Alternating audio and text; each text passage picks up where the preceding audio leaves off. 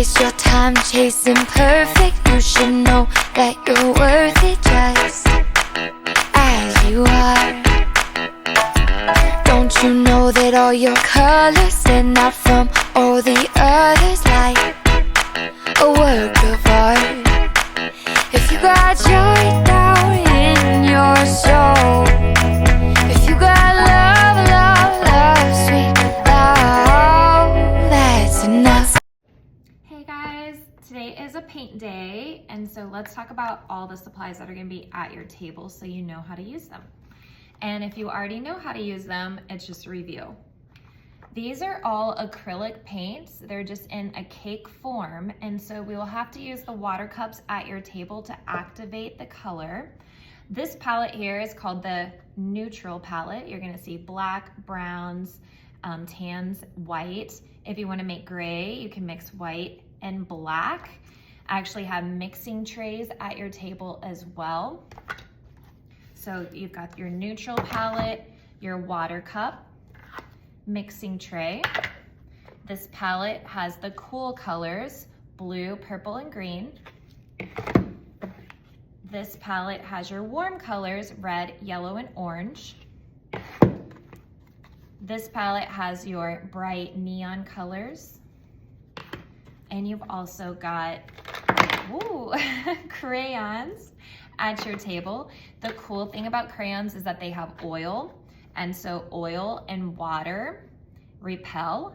And if you add some crayons on your paper, you're gonna see that when you paint over it, the water is gonna repel right off. So whatever color you paint is going to repel. And I'm gonna show you that really quickly using a white crayon. And so I'm just gonna put a star, just a basic star on my paper, maybe a couple just to show you. Then I'm gonna take my water cup and my brush. Let's talk about brushes really quickly. We've got this brush here. It's got a thinner tip, and so these brushes are gonna be really good for getting into tiny areas. This brush is gonna be good for thicker areas, and you'll notice that it has a flat top, and so this is really nice for nice straight wide areas. And then this brush here, our green brush, has a rounded tip and it's kind of a medium area, and so this one is a really good standard brush to use. So I'm going to start with this red brush, the flathead that we talked about. And so obviously if I go to dip my paint, let's push it back so you guys can see. If I just dip it in the paint, it's not gonna work, right? What we have to do is use the water cup. Use the water to activate the paint, okay? So these are just cake forms of acrylic paint. So what you wanna do, just the brush hairs right here, you wanna go ahead and dip those into the water. You don't need to dip the whole brush, just the hairs.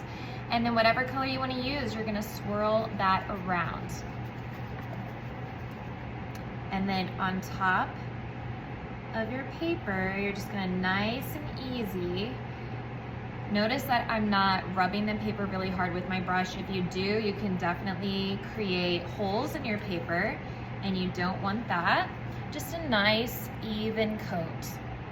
If I want that color, the same color, to be even darker, I would just add more color.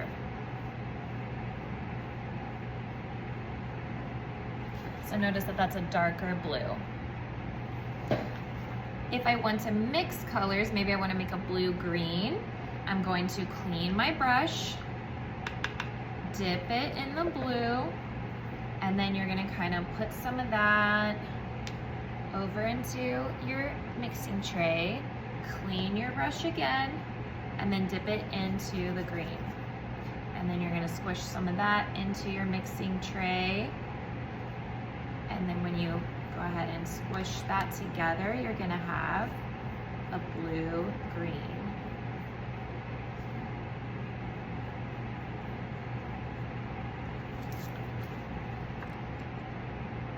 And again, if you want it to be even darker, just use more of the color.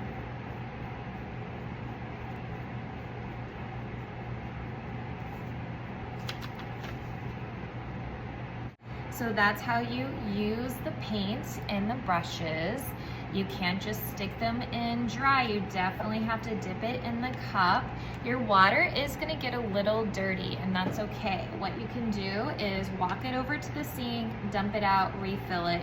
You only need to fill it up about halfway, because like I said earlier, you don't need to stick your whole brush in the water. What you can do is just dip the hairs of the brush. And so this one is going to be really nice for smaller areas. Let's use this color.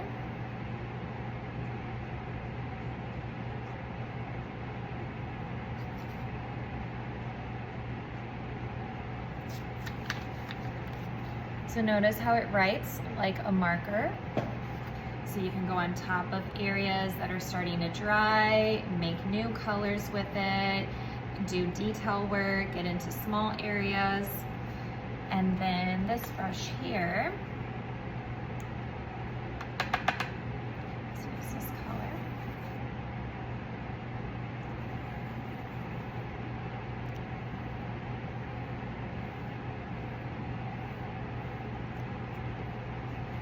It's going to give you nice little lines too, and notice that the ends are rounded because this is a round brush. Unlike this one, which has a flat area, we'll use the same color to show you the difference. It might bleed a little bit, but notice that that end is straight.